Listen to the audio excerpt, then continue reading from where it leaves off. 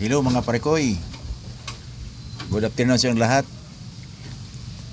Alam ba nyo kung anong benepisyo sa malunggay na ito, mga kapatid? Itong benepisyo ng malunggay na ito ang the healing wonders of Philippine herbs. Ang tawag dito ay moringa. Moringa ang tawag dito sa malunggay. Sa olifera, moringa, olifera, horseradish sa iba't ibang bansa. The species is one of the world's most useful plant, also known as horseradish tree in English, drumstick in India, the binsulin tree in Haiti, marom in Thailand, nebedi, wait means never die, in Senegal. In East Africa, it is appropriately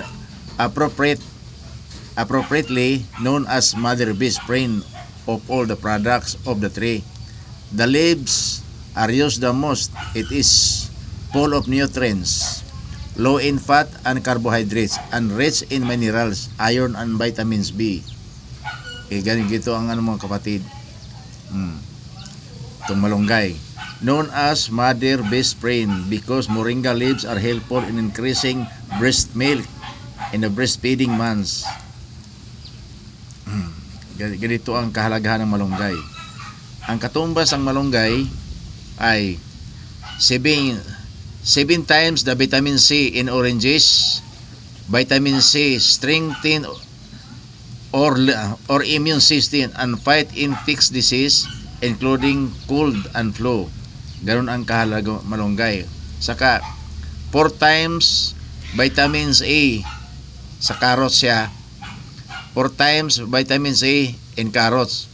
Vitamins A and act as shield against disease of the eye, skin and heart diarrhea and many others elements. O ganon yan kung anong meron sa malunggay. 4 times the calcium in milk. Calcium helps strong bones and teeth, prevent osteoporosis. 2 times the protein in milk yogurt. The building block of our bodies are made with amino acid. 3 times the iron in spinach. Iron is essential for helping transport oxygen from the lungs to the body cells.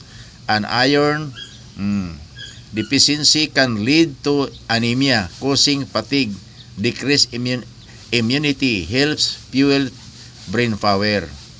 3 times the potassium in bananas, help muscle contract, keep and the nervous system working properly and aids in managing blood pressure. Itong kahalagaan ng malunggay mga kapatid. Ang malunggay mo ito ang siya nag-boost ng immune system natin. Kung gaano kahalaga ang malunggay sa mga tao na hindi pa alam tungkol na tong species na to.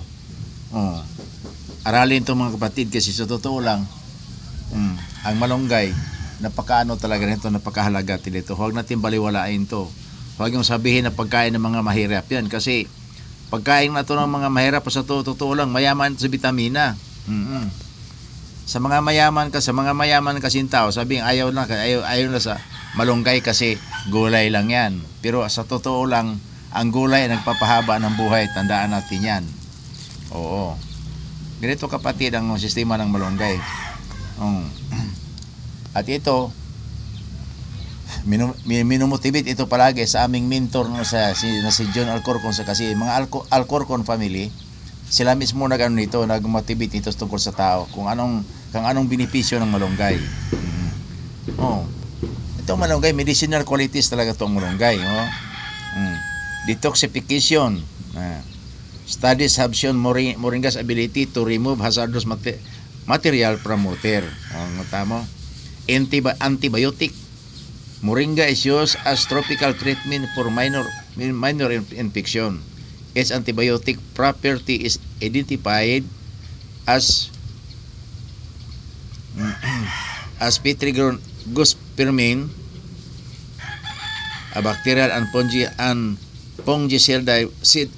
fungicidal compound. Ito ang paano sa malunggay, ito ang benepisyo ng malunggay. Sa diabetes naman, an extract has been shown to be effective in lowering blood sugar levels. It is believed to have a stabilizing effect on blood pressure, and it is used to treat anxiety. Ito siya mga kapatid. Ito siya, pwede rin pang purga. Ang telmintic purgative, able to kill intestinal worms. Lactogag, believed as increased woman milk production can do much to preserve the mother health and pass on strength to the fetus or nurturing child. Diuretic, aids nutrition, itong ng malunggay. And urination, aids in urination. Long-lasting energy, the powder made from fresh moringa leaves seems to provide a long-lasting energy boost when you are used regularly. People frequently report having much more endurance in their work, at home, and at play. Nutritional values help boost the immune system of the people living with AIDS or infected with the HIV virus, which causes AIDS, is an all natural sources of nutrition that could also help people with HIV and AIDS live longer and healthier lives. It is prescribed for malnutrition and sometimes for anemia. Leaves are used to as remedy for diarrhea, dysentery, and colitis. Ito siyang malunggay, kapatid. Napagaling, no? Napagaling talaga ang benepisyo ng malunggay. Oo. Ito nga, so may nakahanda na akong malunggay, oh. Malunggay ito nakabalo sa plastic. Ito kakain natin mamaya. Ito yung madaling araw. Ito kaano yan, mga kapatid. Ganito yan. So, dako naman tayo dito naman tayo sa sili.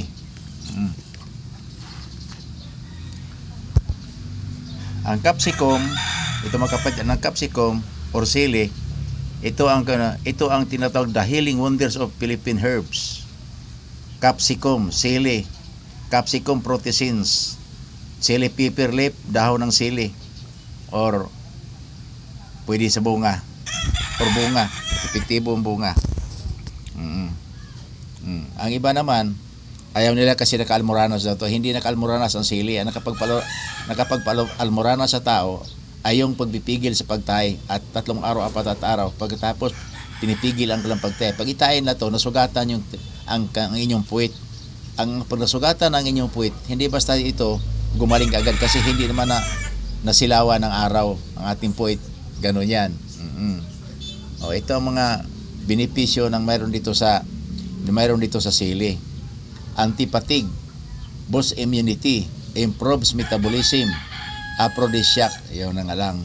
Increase appetite, benefits digestion, blood detoxification, circulatory stimulant, lower blood sugar, laman ang benepisyo. Lowers cholesterol, lower blood pressure, relieves the pain of peptic ulcer, arthritis, varicose veins, and menstrual cramp, anti-rheumatic, relieves respiratory system condition such as asthma, cough, and colds. Sa digestive aid, ito is intestinal inflammation. Ito ganito siya sili. Ito siya, kapatid. Kaya ang dami talagang sa mga herbal sa Pilipinas, huwag nating maliitin ang itong mga klase mga tanim kasi ito mismo nagpapalakas ang ating immune system. At itong sili, at kasi nito, Hindi naman ako doktor, hindi ko medicinal expert, pero itong sili, ito ang nagdagdag ng plasma sa tao.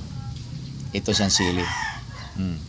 An excellent source of calcium and iron and good source of phosphorus, vitamin E and B, and dito mayroon sa sili. Long use as food spice and aid to digestion. Researchers have also discovered capsicum could help control some types of chronic pain. The active ingredient in capsicum is a compound called capsaicin. Yan. Ito ang tinatanong, kayong capsicum, ang katas kasi nito, mga kapatid, ang tawag diyan capsaicin. Yun ang katas ng sili, yung manghang which is a cardiovascular stimulant. Capsaicin act as dramatic and long-lasting anesthetic.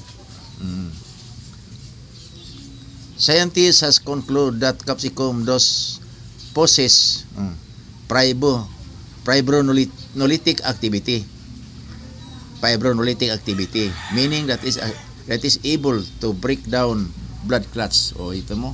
Ito mismo ang umano sa ito na tumutunaw sa namumong dugo doon sa ating mga kaugatan. Ito ang sili. Malaki itong mga kapatid. Talagang malaki itong talaga sa tao talaga to. Importante talaga sa tao. At dadako naman tayo dito sa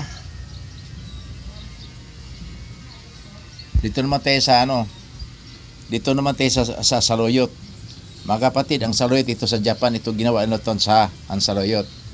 Kung tawagin dito sa English ay the healing of wonders of Philippines herb Corcorus olituros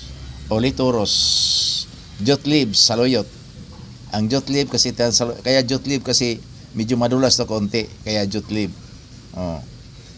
Corcorus olituros. Yan, yun ang saluyot. Marami itong benepisyo na mayroon dito. Corcorus, also known as jute leaf in Bangladesh, are being used as vegetable in Africa, Middle East, Southeast Asia.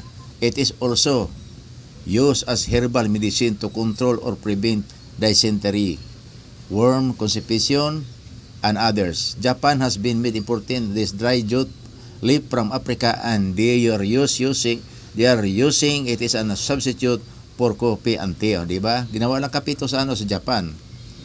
Ginawa lang kapito, ito pinakatsaan nila sa Japan.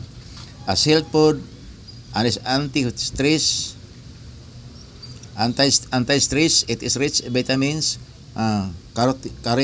carotenoids, calcium, potassium, and dietary fibers. It contains vitamin E, B, and C, iron and calcium, protein, fiber, and anti-tumor promoter, phytol and monogalactosyl, diacylglycerol. Ito ang ng retiros. Ito siya kasi ang kapatid, kasi ang ating bituka din kasi nangailangan ding parang shampoo. Ang ating buhok ay nangailangan ng shampoo. Ang ating bituka nangailangan din shampoo.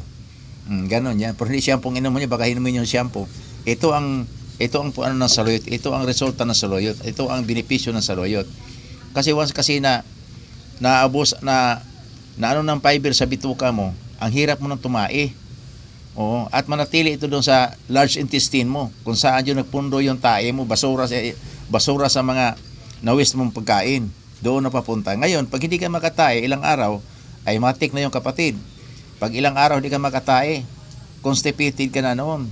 Kaya resulta doon sa mga tao din colon cancer. Yun ang nangyari kay Cory Aquino. Dahil sobrang tiwala sa mga imported na gamot at hindi ginagarab itong klaseng mga pagkain. Nagkaroon ng colon cancer o di patay. Ganon yung mga kapatid. Kaya hindi mo na nating maliitin to ang gulay. Kung hindi pa nakasubok, pag hindi pa natikman ang gulay, subukan ninyo na sa ganun ay malaman yung katotohanan sa gulay. Ito ang saluyot. Kita mo ang sulit, may butas. Yan.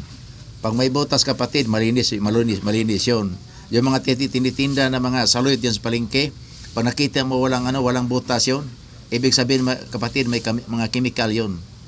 Kaya hindi nalapitan ng piste. Ang piste, pag lumapit sa tanim, malinis yun. Nutritional value. Nutritional value.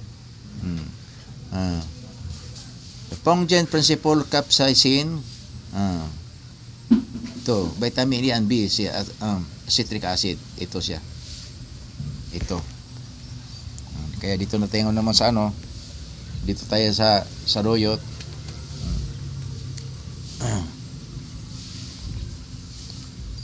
Itong saluyot ay ginawa ng tinatawag it is also used as herbal medicine to control or prevent dysentery, worm constipation. Yan. Yung mga hindi nakakatae, kumain ka ng maraming saluyot, maging normal ang pagtae ninyo.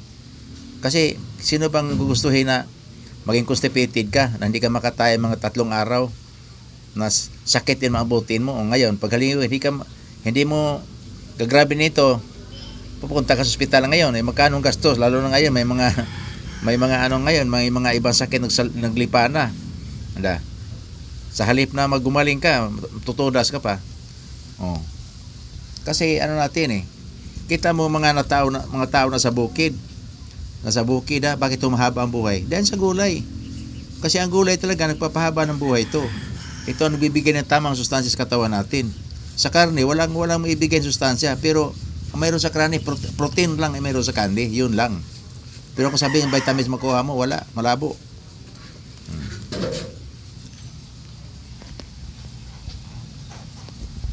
Dito naman tayo sa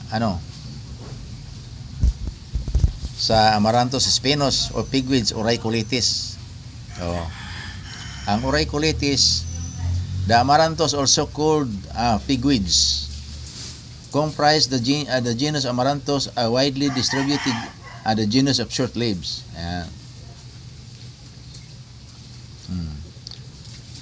Occurring mostly of temperate and tropical region, Amaranthus green are also called Chinese spinach, Hin Choy or Yin Chui. Chinese had been using this herb for centuries as remedy for profuse menstruation. Yan, ito siya ang auriculatis. They are very good source of vitamins, including vitamins A, vitamin B6, vitamin C, and folate. Dietary fiber and magnesium, manganese, they are sugar and resin but ito ang benepisyo. Dito rin mayroon siyang calcium, mayroong iron, phosphorus, potassium. Gano'n katindi dito, di ba? Sa mga tanim na yan ay talaga.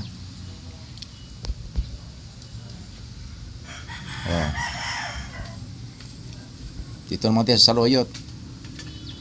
Ang ipomoya batatas, sweet potato, talbos ng kamote. Talbos ng kamote, ito ang talbos ng kamote, ito ang ika-isa-isang herbal plant na may iodine. Na kasing din sa mga